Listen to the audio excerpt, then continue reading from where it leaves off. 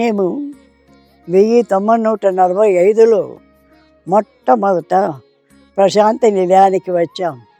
ప్రశాంతి నిలయానికి వచ్చిన తర్వాత స్వామిని చూశాక ఆ అందం, చందం, శృంగారం, ఆ ఆకర్షణకు ఎంతో ఆనందపడిపోయాం, ఎంతో ముచ్చట పడిపోయాం. నిజంగా బాలకృష్ణుడే ఈనాడు సాయి కృష్ణుడై మన మన ఎదుట లీలలు చూపిస్తున్నాడు అని ఎంతో మురిసిపోయాం.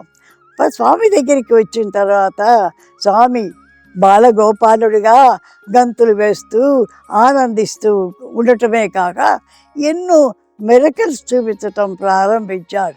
అనగా రాముడు, కృష్ణుడు, శివుడు అన్ని దేవతా స్వరూపాలు మాకు చూపించారు. కాబట్టి ఈ మిరకల్స్ ఎందుకు చేస్తున్నారు అని మనం యోచించినప్పుడు మనలను వారి దగ్గరికి రప్పించుకొని మన సందేహాలన్నీ తీర్చి మనలను ఆదర్శప్రాయులుగా మలచుట కొరకే, భక్తి బాటలో నడిపించుట కొరకే మనకు ఈ యొక్క మిరకల్స్ చూపిస్తున్నారు. దీనికి చిన్న ఉదాహరణ, ఒక అబ్బాయికి జ్వరం వచ్చిందంటే మనం మందు ఎలా ఇస్తాం? అరటి పండులో పెట్టిస్తాం. అదేవిధంగానే ప్రభు మనలను వారి యొక్క సన్నిధికి రప్పించుకొని వారి యొక్క ప్రేమను మనకు రుచి చూపించి ఆ మిరకల్స్ చేస్తుంటే నిజంగా ఆ యొక్క ఆనందాన్ని వర్ణించడానికి వాక్కులే లేవు.